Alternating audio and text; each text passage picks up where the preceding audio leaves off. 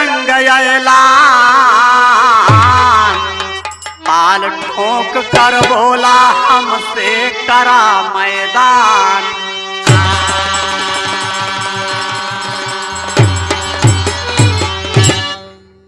बाणासुर भगवान भोलेनाथ की तपस्या किया और 1000 भुजा प्राप्त किया बाबूजी।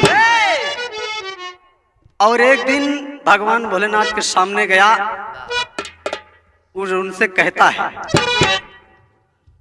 क्या कहता है मास्टर?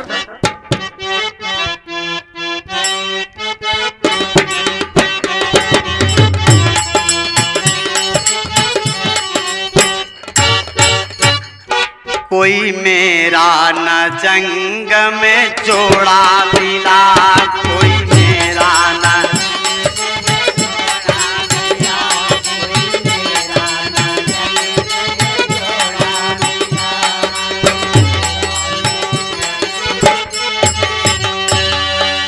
बोला बाणासुर शंकर से हमको शत्रु भगोड़ा मिला रे, कोई मेरा न जंग में जोड़ा।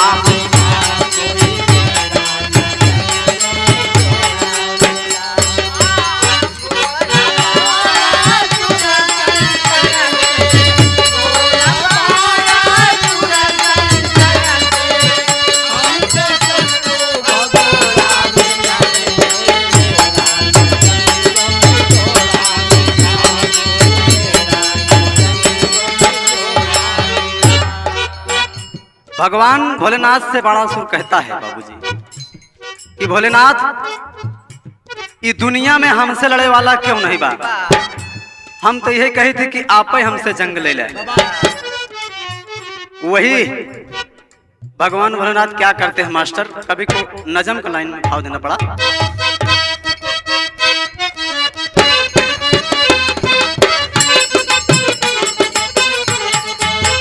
हजार भुजा लेकर बाणासुर तूफान किया, शिव शंकर के आगे जंग का ऐलान किया।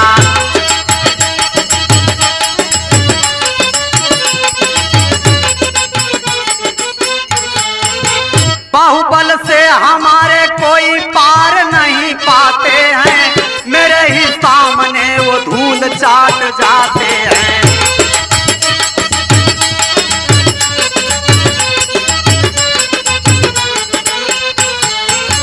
हजारों भुजा लेकर ए भोलेनाथ, इन उंगलियों में खजुलाहट होती है, मैं अनायास से जाकर के हाथियों से भिड़ जाता हूं और मूली के समान उनके दांत को फाड़ कर फेंक देता हूं।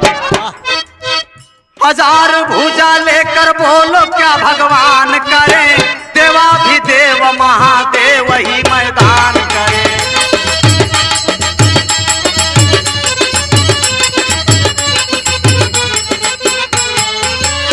वही भगवान भोलेनाथ क्रोध में आ गए बाबूजी और कहा कि हरामखोर, अरे तेरी ये मजाल कि तुम मेरे सामने जंग का ऐलान करते हो। वही श्राप देते हैं कि जाओ, ये भुजा कट जाएंगी, एक दिन इनको काटने वाला आएगा। और बाबूजी क्रोध में कहते क्या है मास्टर, अंतरे में, क्रोध में आकर शिव शंकर जी, क्रोध में आकर शिव शंकर जी, किसी समय तो घोड़ा मिला रे, कोई मेरा न जंग में जोड़ा। कोई मेरा न जंग में जोड़ा,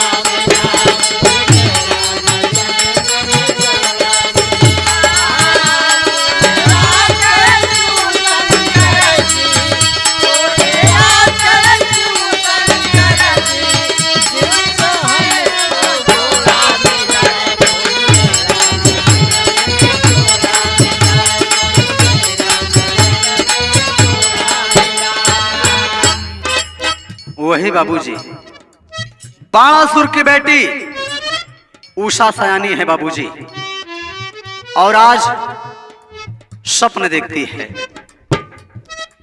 और स्वप्न में देखा और अपने सखी चित्रलेखा से कहती है कि दीदी जिस राजकुमार को मैं सपनों में देखा, क्या मेरा सपना साकार हो सकता है? कहा किसको देखा? तो कवि को देना पड़ा भाव कजली में मास्टर। कहना है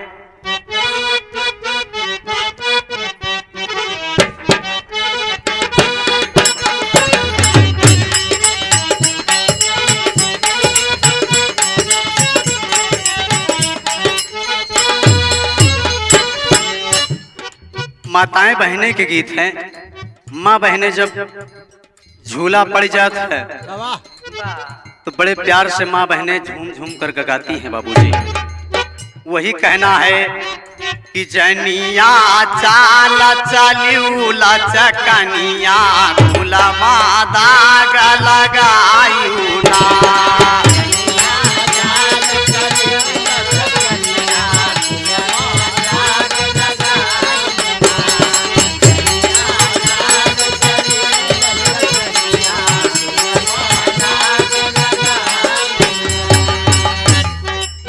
ओरिजिनल भाव है, लेकिन चित्रलेखा से उषा क्या कहती है कि दीदी, जिस राजकुमार को मैंने सपने में देखा है, क्या मेरा सपना साकार हो सकता है? और वही क्या कहती है कि रतिया नींद नया वही नया नवा जब से देखे सपनावाना।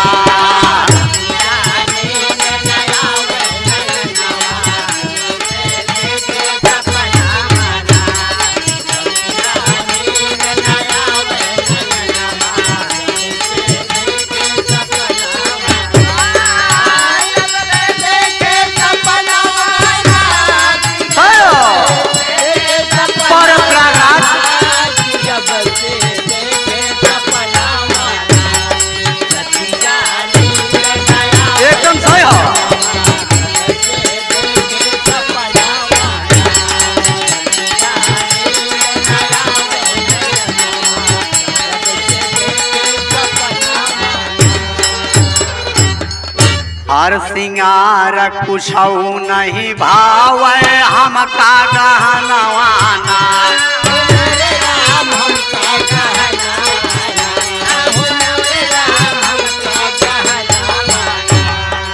कहिया अमित से होई मिलनवा, कहिया अमित से होई मिलनवा जब से देखे सपनावाना।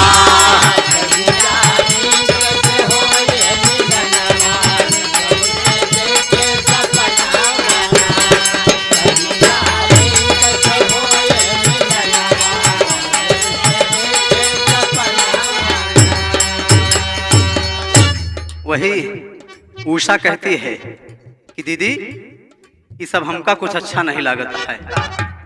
वही कहा कि इसको सपने में देखा, कहा मैं नाम तो नहीं बता सकती। कहा ये बतावा हम अगर के को फोटो बना दी तो हम पहचान लेबू? कहा जरूर पहचान ले।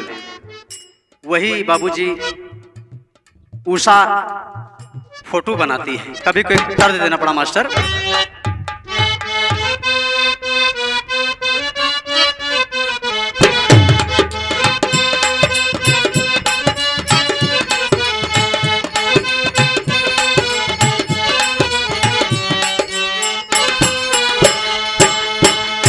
यह हो कहना है कहवा से आवेला बाबा का तितिलावा हो।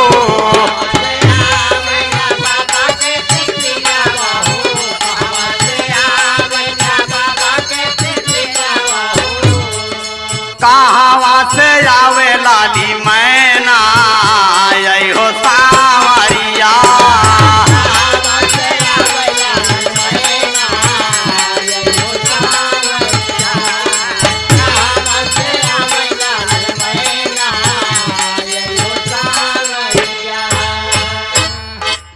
ओरिजिनल भाव है, लेकिन क्या कहती है कि मनवा के मीत से कराय जा मिलाना हो।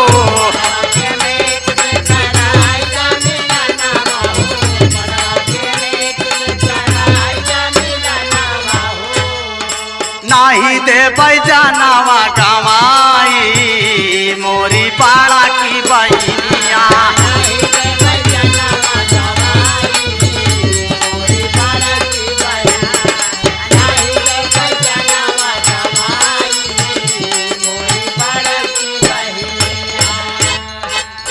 वही बाबूजी कहना है कृष्ण बाला राम जी के बनावै मूर्तिया हो,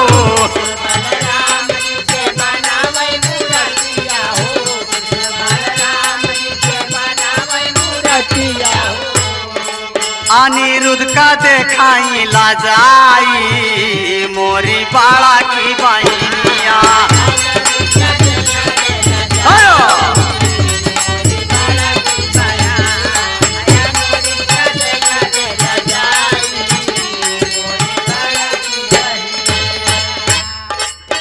सभी को फोटो बनती है तो उषा किसी में हाँ नहीं बोला, लेकिन जब अनिरुद्ध जी की फोटो बनती है बाबूजी की, उषा प्रसन्न हो गई। कहा यही है मेरे सपनों का राजकुमार। कहा इनसे हमका भेंट कराया जा। वही बाबूजी चित्रलेखा सिद्ध जोगनी थी। वो जाकर कहा ओ ये तो भगवान श्री कृष्ण जी की नाती हो। कहा इनसे हमका भेंट कराया जा।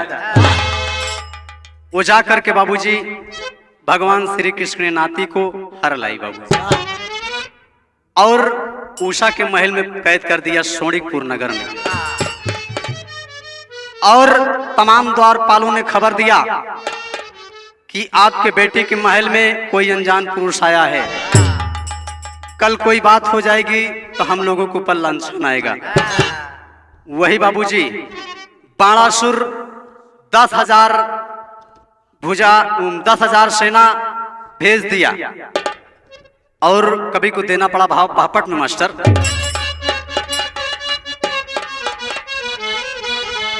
अरे करई लगे संघार बिना संघाती नाती कांधा के, अब फाड़ दिया दुश्मन के रण में छाती नाती कांधा के।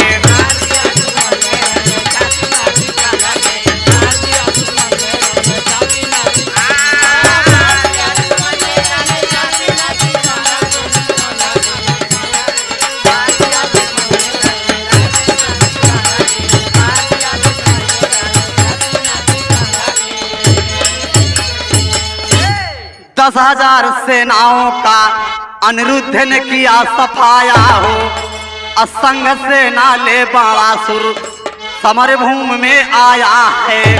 अरे शक्तिवान तब लिया जान के घाती नाती कान्हा के, रण से भागे बाणासुर पाती नाती कान्हा के।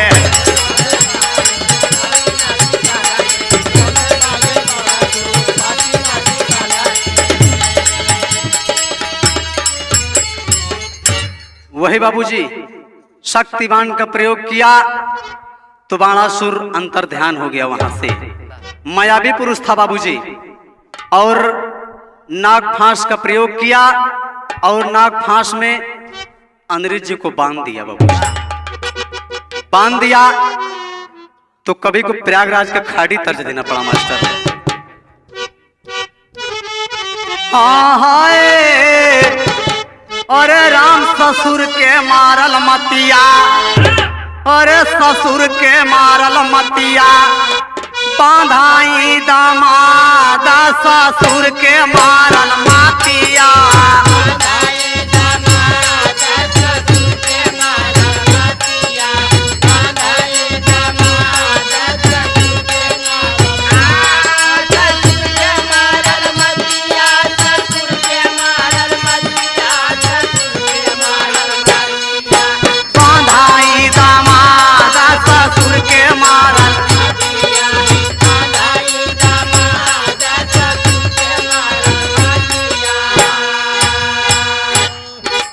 नाग फांस माँ बांधे शकुंता कैला लानावा,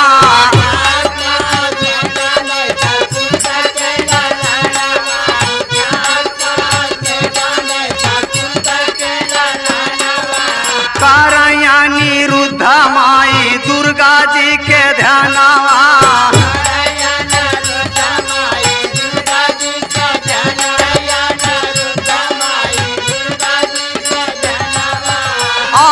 माई बेटावा का सुना फरियाद ससुर के, बांधाई दामाद। अरे प्रयागराज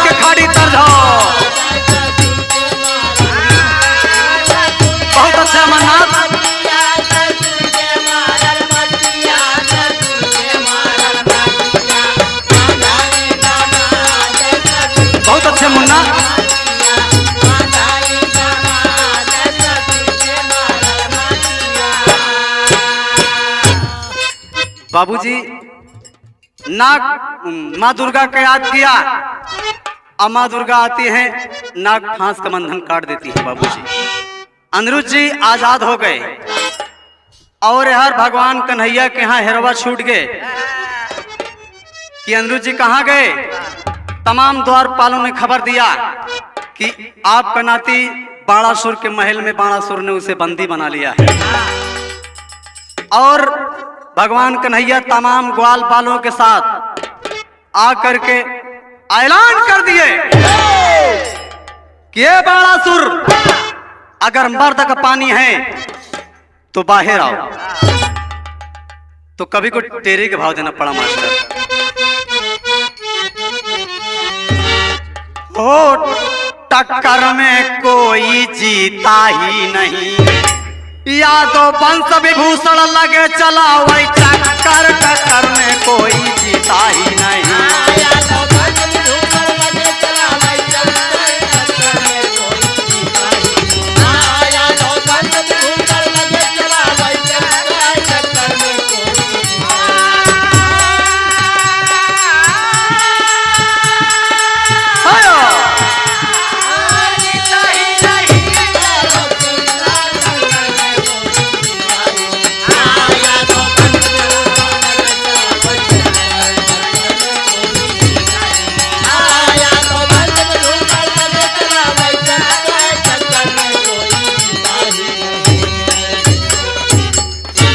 अरे यादव वंश विभूषण लगे चला वही चक्कर, टक्कर में कोई जीता ही नहीं।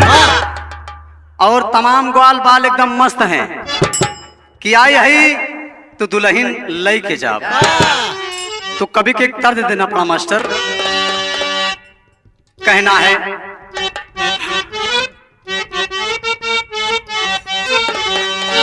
कि हम गवनवा लई के जाब, हम गवनवा लई के जाब, छतिया दे फार हिरनवा, हम गवनवा लई के जाब।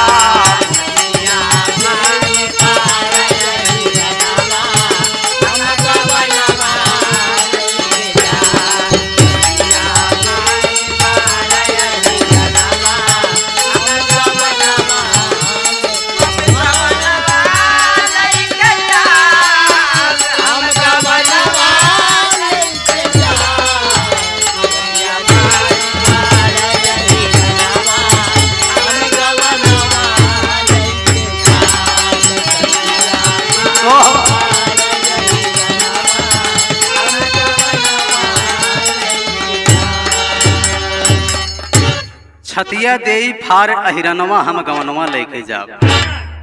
लेकिन बाबूजी भगवान कन्हैया जी तमाम ग्वाल बालों के साथ अपने एकदम बाणासुर को ललकार रहे हैं कि बाणासुर, अगर मर्द का पानी है तो बाहर आओ। लेकिन कभी कोई तर्ज देना पड़ा, मड़ाई में पर्वत बोलावले न हो।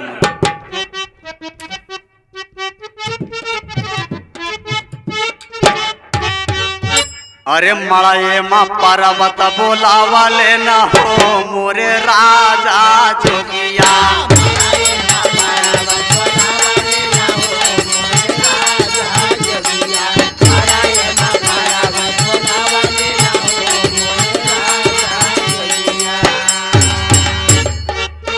ओरिजिनल भाव है, लेकिन कहना है अरे बानावाई पे, हाँ हाँ हाँ बानावाई पे, अरे बानावाई पे बानावा चलावा लेना हो श्री श्याम बीचे रानावा।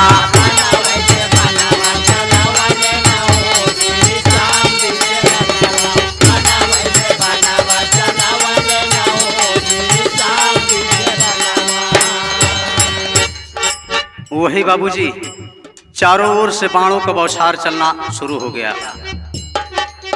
नौ बाबूजी हर बाणासुर के सारी भुजा काट डाले बाबूजी। जब दो भुजा बचती है तो ही भगवान भोलेनाथ प्रकट हो गए कि ये भगवान श्री कृष्ण जी, इसका दंड मिल चुका, अब आप इसे जीवन दान दें दे प्रभु। रामा अवतार, चाहे वो रामा अवतार हो चाहे कृष्णा अवतार हो, ये सुदर्शन चक्र मेरी देन है। ये मेरे भक्तों पर वार नहीं करेगा। अब आप इसे जीवन दान दे दे प्रभु। और बाबूजी भगवान भोलेनाथ साक्षात प्रकट हो गए और भगवान कन्हैया जी खड़े हैं और हर बाणासुर से भोलेनाथ कहते हैं मास्टर, कहना है पापट में, हाँ खड़ी में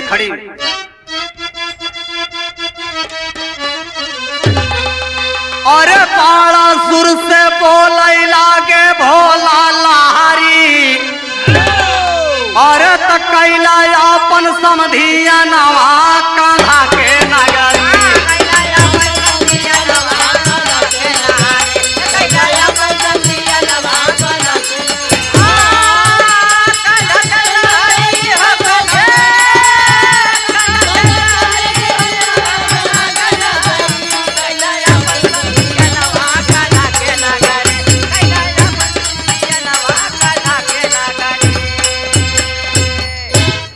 कैला यापन समधियनवा कान्हा के नगरी। बड़े प्रेम से भगवान उषा का हाथ भगवान श्री कृष्ण के नाती को दिया और भगवान भोलेनाथ अपने वतन को गए। बाबूजी गाने का भाव आखिरी और अंतिम भाव में कहना है मास्टर। स्वामी गीतानंद कहें सब सारद की बलिहारी, राजा राम आधार कहे और भुल्लुर तजे कोतारी।